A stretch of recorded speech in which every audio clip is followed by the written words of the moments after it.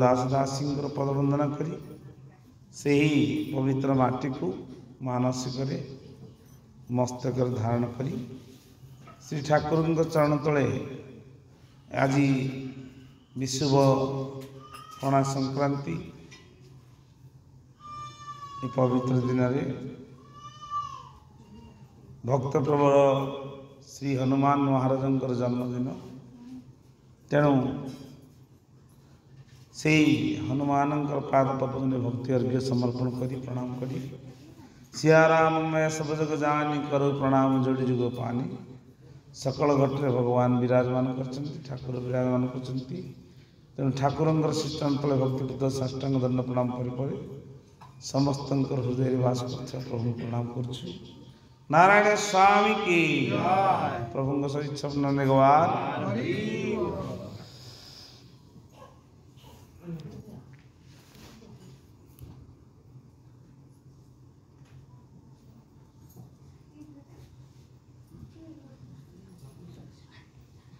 ठाकुरे कहते भागवत कहे एक गुरु जगन्नाथ आउ के समर्थ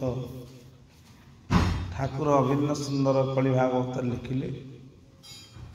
भागवत कहले तू जदि एक भाव भावु ए घोर संसार तरु संसार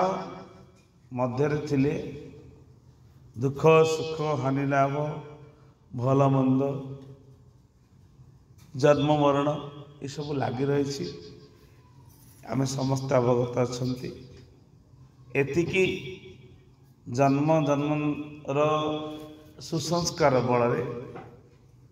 जीवात्मा परमात्मा लाभ करने सर्वश्रेष्ठ शरीर धारण करे से है मनुष्य जन्म जदि लाभ जदि गोविंद पाखरे जदि भाव करे तेरे किसी लाभ हुए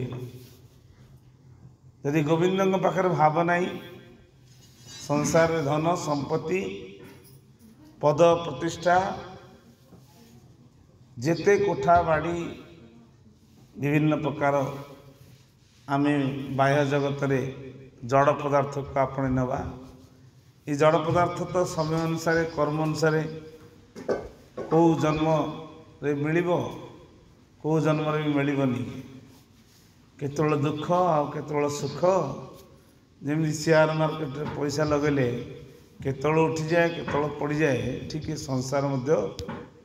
जीवर कर्म अनुसार दुख सुख हानि लाभ लगी रहे ता भितर टिके समस्त प्रकार दुख सुख को बाहर पकई देकी एकमात्र सुखर कारण भगवान गुरु पदाश्रित होखरे भजन कीर्तन करी तांकरी प्रीति कार्य कले मन भीतर नित्य आनंद प्राप्ति हुए मन आनंद हवा परे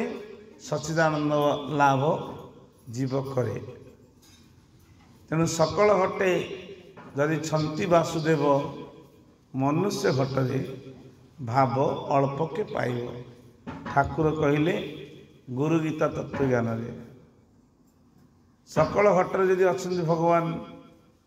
किंतु मनुष्य घटरे अच्छा बोली ताकू जो दिन मनुष्य जानीजीव से दिन अनुभव करिव जे भगवान घट मध्य अच्छा आम भली खाऊंती पीऊँच पिंधुंट बसुंट हसुंट जुआड़े गले जाऊँच जो दिन मनुष्य जानीजीव जे भगवान मोर मु भगवान तांकर मोर किसी अभिन्न नहीं भेदभाव नहीं एक अभिन्न सुंदर भिन्ना भिन्न नहीं आउ सेतबेले अनुभव करिवो जे एक ही गुरु जगन्नाथ आउ के समर्थ जगन्नाथ कहले कौन ना जगत सारा जे पुरी रही जगतर जे नाथ अर्थात जगत सारा जीव परमात्मा अंश हेले मध्य पुरी रही जीवर नाथ प्राणर नाथ प्रभु परम ब्रह्म परमात्मा परमेश्वर से दिन अनुभव करिवो जे गोविंद पाखरे मु केवल लाभ पाइली आउ जन्म और मृत्यु ए दुईटा सुनिश्चित ये जन्म हवा परे तार मृत्युर समय आसे पुनरपि जनन पुनरपि मरण पुनरपि जननी जठरे शयन बारंबार जीव जन्म हुए आ मरे किंतु मरिबा पूर्व ठाकुर अभिराम परमहंस भाषा मरिबा पूर्व थरे जेपरी कहबु कृष्ण हे मते उधर कृष्ण कृष्ण बोल रे रस नामर कृष्ण कृष्ण बोली प्रेम गड़ागड़ी कृष्ण नाम अटे संसार सार से दिन अनुभव कर कह अभिराम बाई अनुभव को सत्य कह।